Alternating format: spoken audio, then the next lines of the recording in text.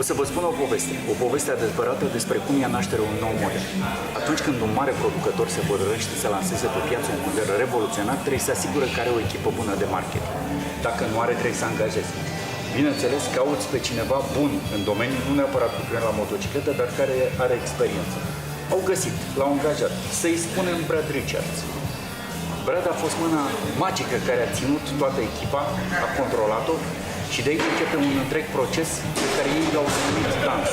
Eu l-aș denumi luptă. La același eveniment Harley-Davidson, unde am testat două modele noi, l-am întâlnit pe domnul Brad Richards, șef al departamentului design.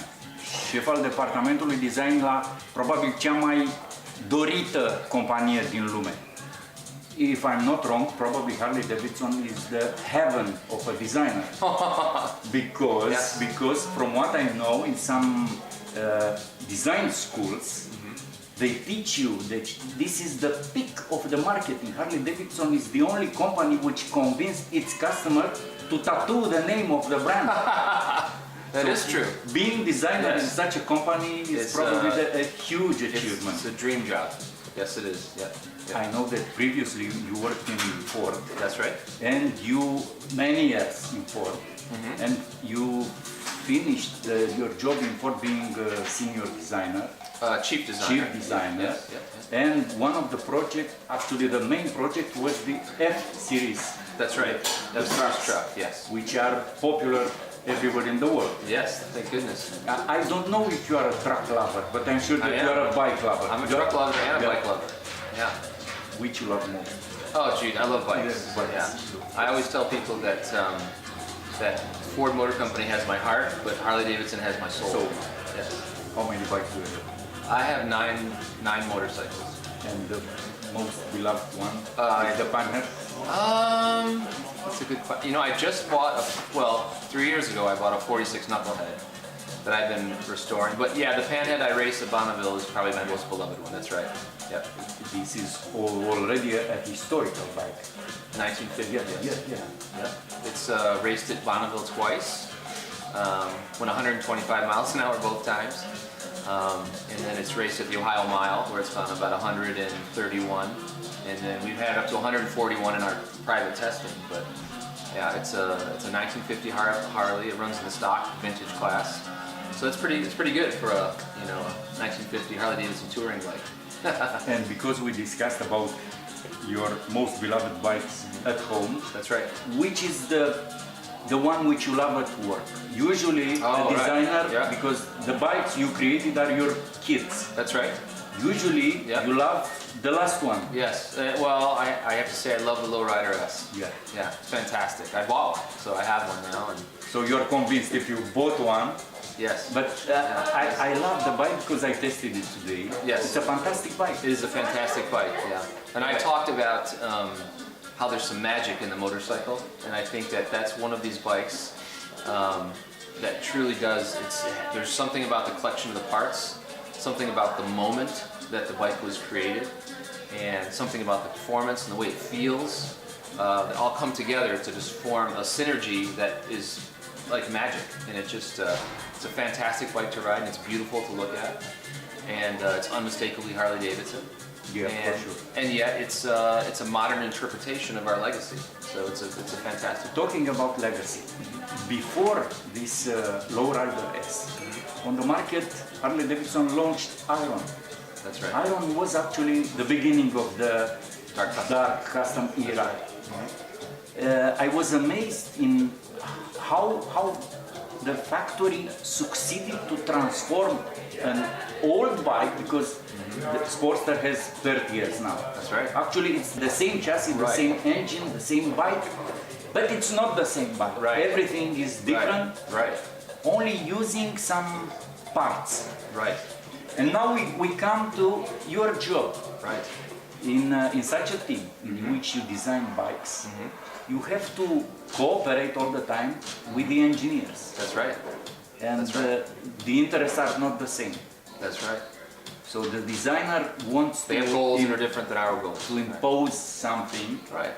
and the engineer wants to protect his job. That's right. So how is this? you call this? It's a great question. You called it a dance. It is a dance. So, there's definitely a creative conflict that goes on, or yeah, there's creative, and sometimes I mean it is there is conflict because Has to be. as you mentioned, yeah, they're after different goals, whether it's to make something lighter or less expensive, or a different color, or work with a different supplier that can't do what we want them to do. There's constantly a challenge. Or maybe even functionality.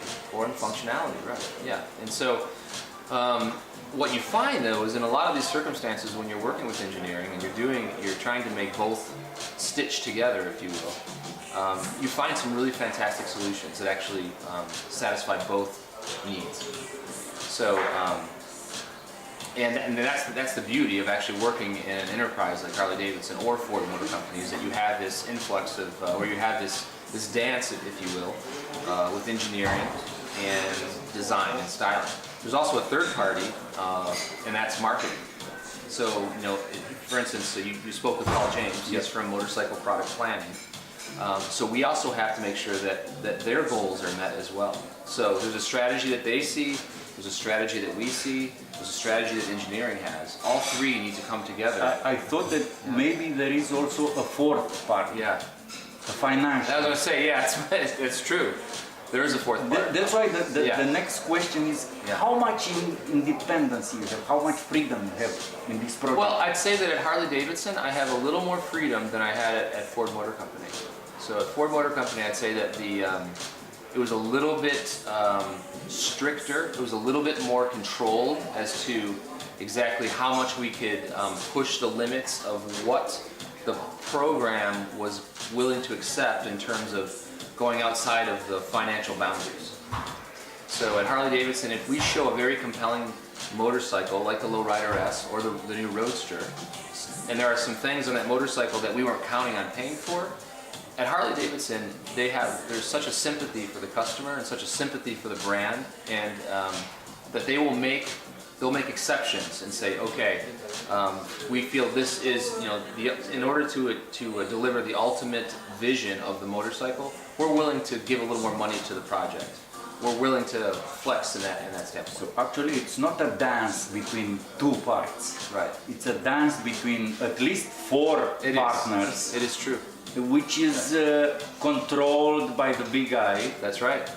And somebody pulls out from the hat the final ticket. That's right. Okay, you, the designer, have this level of freedom.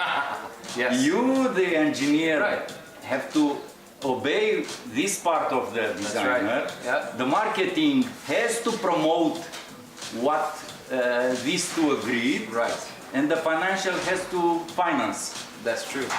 That's true. It actually is. It's a dance between four people. You're right. And I find it very rewarding when we can achieve all, when we can do everything.